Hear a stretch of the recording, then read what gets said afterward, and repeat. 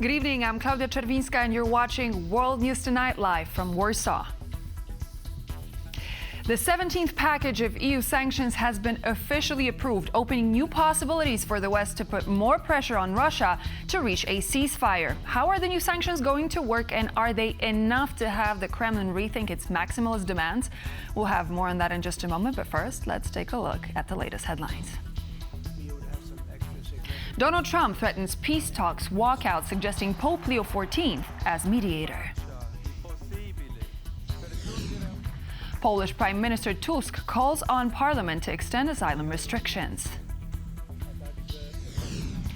Former ICC president says North Korea could face legal scrutiny before the court for its involvement in the war in Ukraine. The EU and the UK have approved a new round of sanctions against Russia. The coordinated move, targeting Moscow's shadow fleet and military sectors, aims to put pressure on President Vladimir Putin to agree to a 30-day unconditional ceasefire with Ukraine.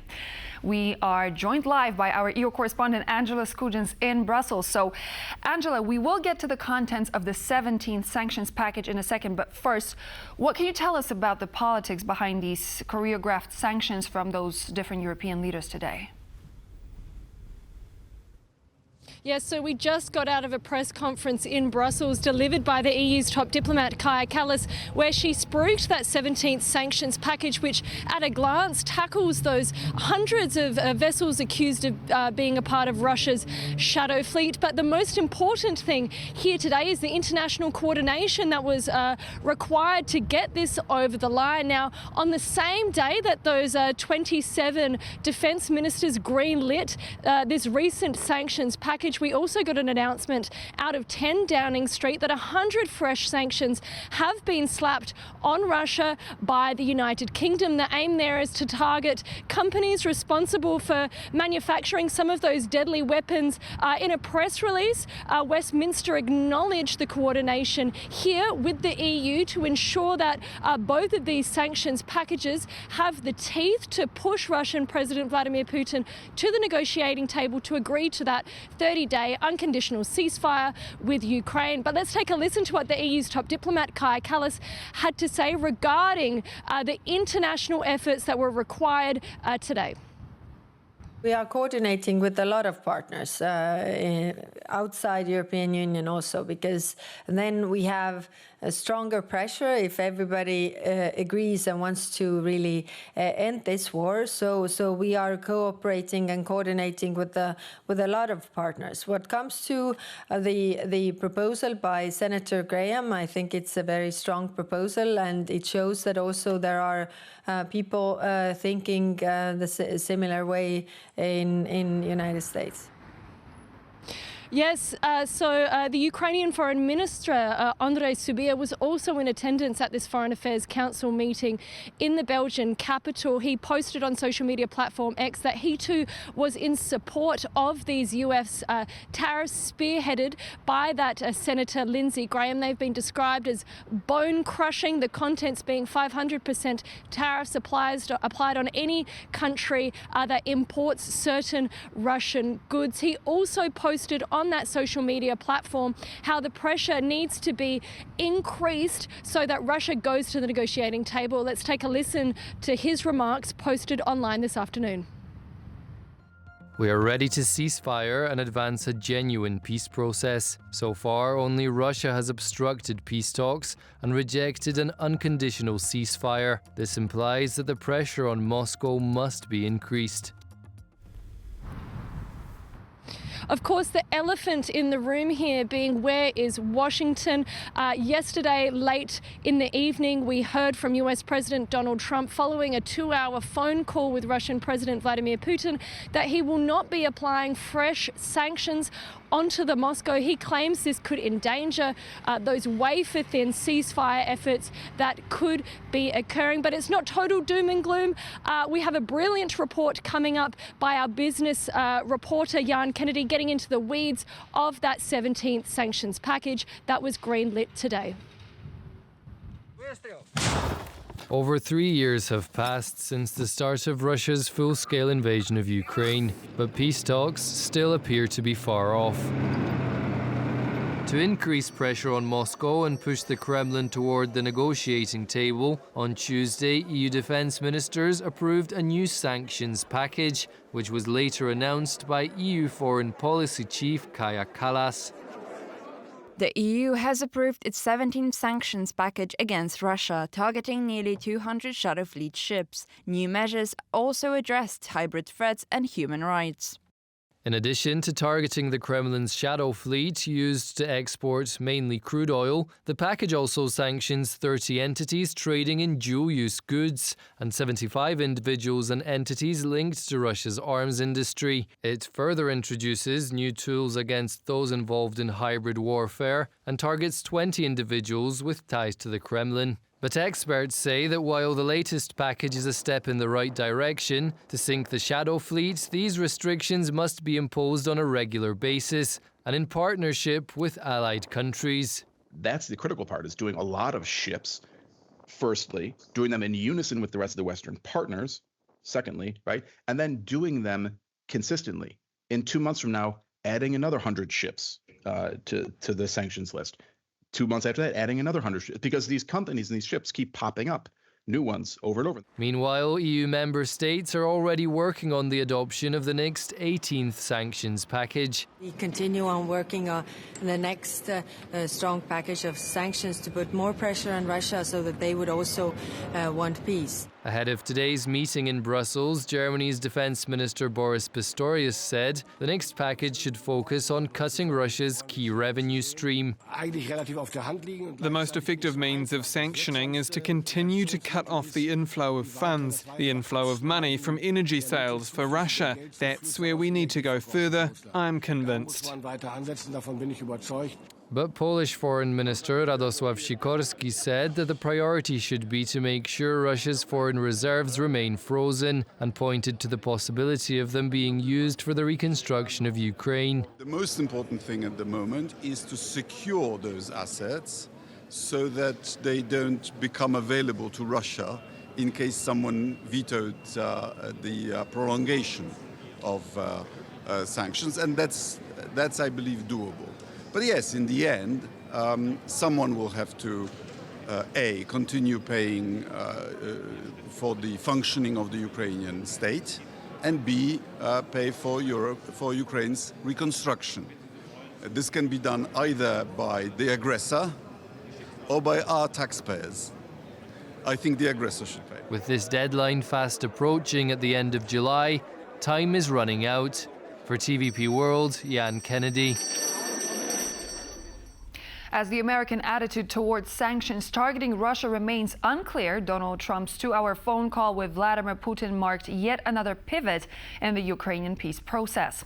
As the U.S. president appears to be distancing himself from the conflict, Pope Leo XIV, who already voiced his support for Ukraine, offered the Vatican as a venue for future negotiations. Our chief political correspondent, Aaron Damman, has more. Between Washington, Kyiv and Brussels, a peace muddle. I said, when are we going to end this, Vladimir? I've known him for a long time now. I said, when are we going to end this bloodshed, this bloodbath? It's a bloodbath. And I do believe he wants to end it. As I understood from our dialogue with the President Trump, the Russian side want to send us memo. Vladimir Putin is obviously still playing for time. That too is very clear. Uncertainty reigning over Ukraine as US President Donald Trump again suggests he could wave goodbye as mediator after getting on the phone to Russian leader Vladimir Putin. Big egos involved, but I think something's going to happen. And if it doesn't, I'd just back away and they're going to have to keep going. Trump first claimed his Monday talk with Putin went very well and that negotiations between Ukraine and Russia would start in earnest, even as the Kremlin indicated no change from its maximalist demands. Then, a shifting of the sands, with the US president who once promised to end the conflict within a day, seemingly getting closer to washing his hands of the talks altogether. So what's behind Trump's thinking? It's only Trumpish to think that you can achieve a strategic goal just by taking your phone and reading somebody else. It's a very business approach to dealing with such problems. But in case of Russian aggression against Ukraine, its causes and its current state is far more strategic. It's far more complicated just to be decided in one phone call.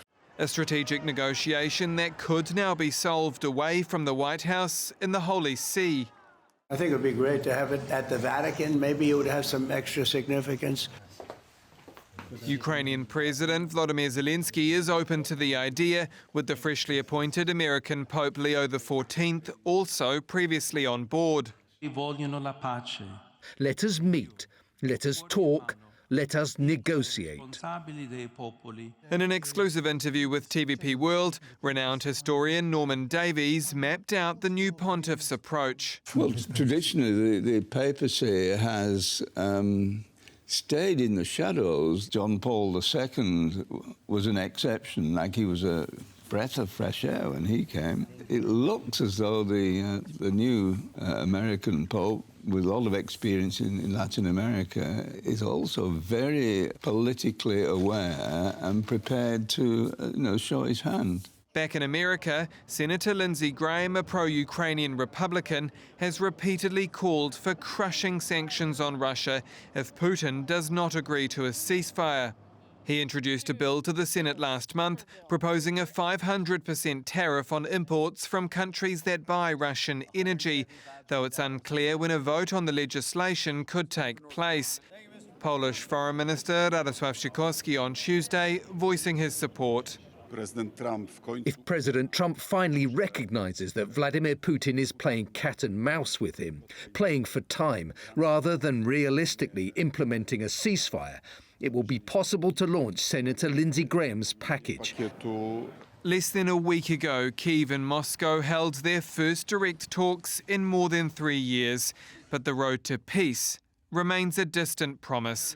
Aaron Darman, TVP World. Poland is looking to further extend the suspension of the right to asylum. On Tuesday, Polish Prime Minister Donald Tusk filed a motion to the Polish parliament to prolong the restriction aiming to curb the ongoing influx of illegal migrants crossing the border from Belarus. Piotr Miszczuk has more. Nearly 4 years into the festering migrant crisis at the Polish-Belarusian border, Poland temporarily suspended the right to apply for asylum last March. Despite objections from human rights groups, now it's on course to do so again. The right to seek asylum is an important one, but only when it's not organized by Russia, Belarus, smugglers or gangsters. When this is not only illegal migration, but also mass migration, it is, in a sense, a form of aggression against Poland. Poland's Interior Minister Tomasz Szymoniak expressed hope for a bipartisan agreement on the extension, as, in his opinion, controlling the number of migrants through the border with Belarus is a matter of national security. 11,000 law enforcement officers and soldiers serve every day to keep the border safe. The Polish state has spent 600 million euros to build infrastructure along this border.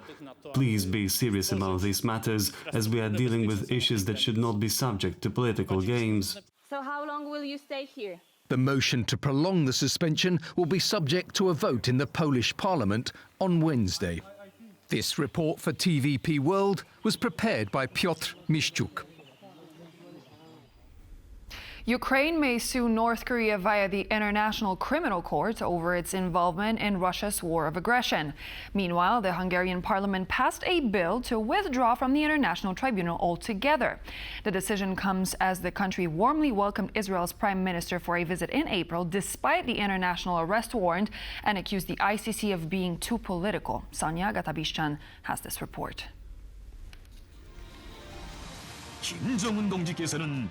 Actions could soon have consequences for Kim Jong-un. According to the former president of the International Criminal Court, the North Korean leader could face a war crime probe for aiding Russia's war against Ukraine. There is an opportunity for the Ukrainian authorities, as the victim, to file a complaint against North Korea with the ICC. Pyongyang has reportedly deployed thousands of troops to support Russia since the fall of 2024. North Korea and the Kremlin officially confirmed troop deployment this April. The ICC has already issued an arrest warrant in connection with this conflict against Vladimir Putin himself. For the alleged war crimes of deportation of children from Ukrainian occupied territories into the Russian Federation. But while the ICC presents an opportunity to some, others are taking active steps to leave. On Tuesday, the Hungarian parliament passed a bill to withdraw from the court. View of international affairs, which is espoused by Hungary, is connected with the idea that international criminal jurisdiction is negative. It's something that threatens national sovereignty and therefore is something states must withdraw from. As I said, it's a regrettable view. Budapest's move follows Benjamin Netanyahu's April visit to Hungary amid an ICC arrest warrant for alleged war crimes in Gaza. Hungary called the court political, and the same arrest warrant prompted the United States to impose sanctions on the court, leading some to question the ICC's legitimacy and others to defend it. If they want to deliver justice, and they want to deliver it even despite the fact that they are facing sanctions, that is, for me personally, a signal that the court is doing their function well, because the justice can anger some people. The ICC's legitimacy is under further scrutiny as the court's chief prosecutor, Karim Khan, announced he is stepping aside until an investigation into allegations of sexual misconduct concludes. The fact that the prosecutor this needs to be proven yet, but may be responsible for conduct of sexual harassment. It's certainly a very serious matter, but the institution is beyond, and this is above those individuals who are working at it at a particular moment. As a consequence of the U.S. sanctions, Khan has lost access to his email and his bank accounts have been blocked. In his absence, the prosecutor's office will be managed by the deputy prosecutors. For TVP World, I'm Sonia Gatabishchan. Spanish Prime Minister Pedro Sanchez called for Israel's exclusion from the Eurovision Song Contest. With pressure from officials and national broadcasters increasing, the European Broadcasting Union is in hot water as doubts have emerged over its overall double standards and alleged manipulation of the audience reactions. Zuzanna Jurek has the latest. Eurovision, the event which brought us the legendary ABBA, Celine Dion and Italian rock band Maneskin. This year, a wave of criticism followed the finals in Basel, Switzerland. Israel's Yuval Raphael, a survivor of Hamas's October 7th attack in 2023, which magnified the Israeli-Palestinian conflict, placed second with the song New Day Will Rise. Spain's Prime Minister Pedro Sanchez, a long-time critic of Israel's policies in the occupied Palestinian territories, called for decisive changes to the competition's decision-making processes. When Russia began the invasion of Ukraine, they were excluded from international competitions. For example, we recently saw it this past weekend in Eurovision, and therefore Israel should not do so either. Just over 2 weeks before this year's competition, 70 previous contenders signed an open letter to the European Broadcasting Union, the event's organizer, calling for Israel's contestant and the country's broadcaster to be banned from the competition. The EBU was also criticized for what appeared to be manipulation of the audience's response to Israel's performance. Videos which emerged on social media showed audiences discontent with the Israeli act, but the televised show showed none of that. According to observers, it could have been a deliberate choice. You could argue that that is censorship, but also I understand it from the perspective of the organisers. They're trying to produce a television show, and it'd be a great shame if performances were hijacked by political opinions, whatever they may be. Doubts over popular support for Israel were also raised as multiple pro-Palestinian rallies took to the streets of this edition's host city. Allegation of audience members being removed, staff hit with paint, and violent clashes with security and police were reported. Doubts also emerged over the fairness of the televoting system following a surge of support for Israel's representative who secured 297 televote points and only 60 points from the jury. This discrepancy led to allegations that sponsored ads and organized bulk voting campaigns may have influenced the outcome. EBU responded to the criticism of Israel's inclusion, saying that comparing Israel's participation to that of Russia is complex. Technically, they weren't banned for that reason. They were banned for their broadcaster broadcasting government propaganda, which was against the rules of the European Broadcasting Union. There's good politics and bad politics, and the European Broadcasting Union really needs to determine what politics is offensive to other groups. Since 2024, pro-Palestinian groups had urged the European Broadcasting Union to exclude Israel over the war in Gaza. According to Hamas-controlled Gaza Health Authority, more than 53,000 Palestinians have been killed in Israel's offensive since a cross-border Hamas militant attack in October 2023. For TVP World, Zuzanna Jurek. The European Union's 17th package of sanctions is now a reality, and it goes hand in hand with a similar package introduced by the UK as a means of putting more pressure on Russia. Meanwhile, following Monday's phone call between Donald Trump and Vladimir Putin, the negotiating ground has shifted again. What's next for Ukraine? To discuss this, joining me now is Bogdan Nahailo, editor-in-chief of Kyiv Post. Good evening, and thank you for joining on the program again. My pleasure. So let's begin by looking at the 17th package of sanctions. It was confirmed, but we're hearing voices that perhaps another package is already in the works. The number of the package is insignificant, but what truly matters is if it has its effect. So, so far we have seen some sanctions. Do you think that they've been successful? And do you think that the ones that are being introduced this very moment are going to put more pressure and an effective pressure on Russia? It's important that a new package has been announced, but it's also very important that the US is not part of it. The US is sitting on the fence, or rather President Trump is sitting on the fence, and this is weakening the overall delivery of this sanction. So it's very important that an even tougher sanction is imposed and that it somehow gets US support.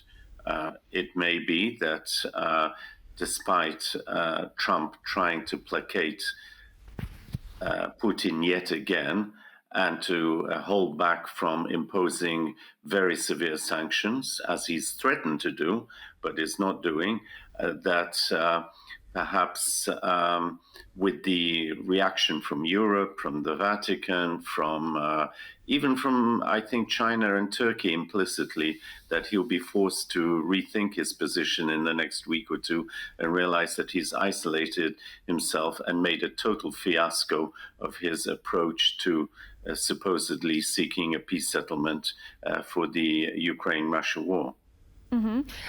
Let's continue on this reluctance to impose any sanctions when it comes to the new package that is coming from Europe. The US is not. Does Donald Trump, to some extent, have a point there of waiting and actually seeing what's going to happen after these sanctions by the EU and the UK are going to impose? Or is he just dodging the responsibility? Let's have a deeper look into that, too. I don't think he's so much dodging responsibility. I think he's very naive and he's very egocentric, and he thinks that he alone is some kind of magician that can wave his wand and make a deal with his so-called friend, Vladimir Putin. The reality is that the Russians are laughing at him. The Russian press, the Russian propaganda commentators are saying, you know, what a wimp. You know, he doesn't have a position. He doesn't have a policy. He's not consistent. And from the European point of view, look, he's effectively stabbed the Europeans and the free world in the back, because a week ago or so, when Ukrainian leaders, when European leaders, including the Polish leader, were in Kiev, through a telephone call with Trump, he agreed, it was reported, to support a joint position to step up sanctions if Russia refused to hold a ceasefire for 30 days, which the Ukrainians had agreed to. That didn't happen. And Trump has let Putin off the hook yet again, and he has let down his allies, his friends, very seriously. And there's no excuse for that. It's just his egocentrism and his peculiar way of doing business, of doing business with a war criminal in violation of international laws, that is so disturbing. So after the call that took place on Monday, a 2-hour call between Mr. Trump and Vladimir Putin, we saw Mr. Trump mention that it could be the Pope who could help with peace talks between Russia and Ukraine. Why do you think he's suggesting that this very moment, and are we actually going to see that happen?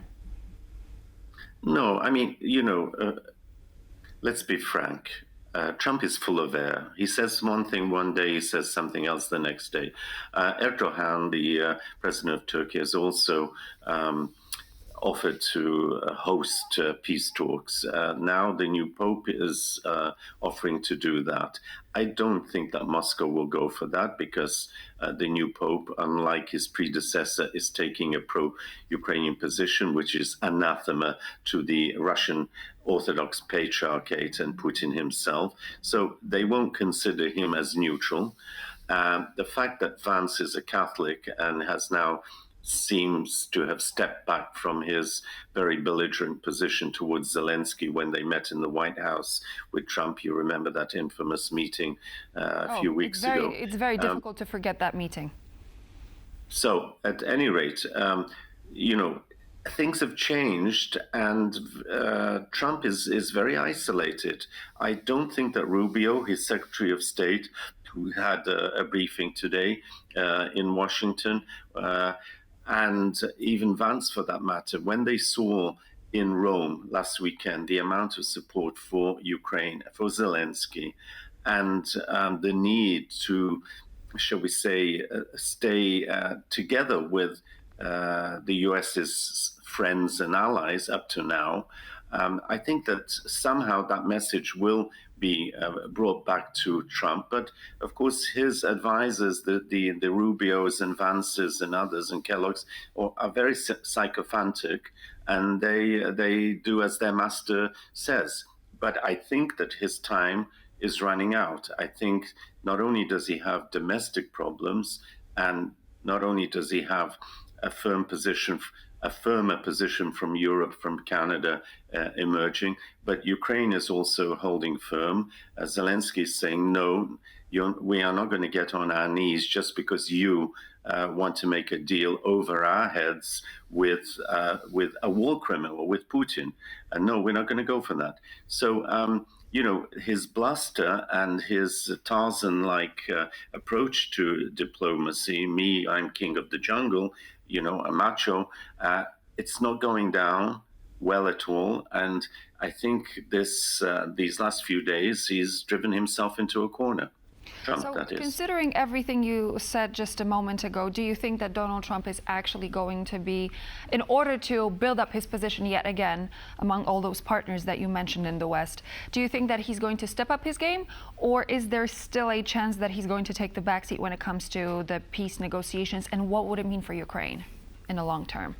Well, the latest is he's threatening to step out again and to abandon the whole effort and leave it, as he calls it, to Europe and to Ukraine and Russia to sort it out. I think, again, this is bluster. Again, he blows hot and cold. It's difficult to see any consistency in his line, which must be very frustrating for his aides and representatives. And I think that this is also registering at home more and more within the Republican Party itself, that he's making himself to look a fool and a wimp, but he's also debasing America's values and image for the outside world. How long can this go on for? Thank you so much. Bogdan Mihailo, editor-in-chief of the Kyiv Post, was my guest tonight. It's always a pleasure to have you on the show. Thank you. And so this would be all for now here on World News Tonight, but please do stay tuned. We're back here on TVP World with more interviews, news, and features for you to enjoy, and we'll see you there.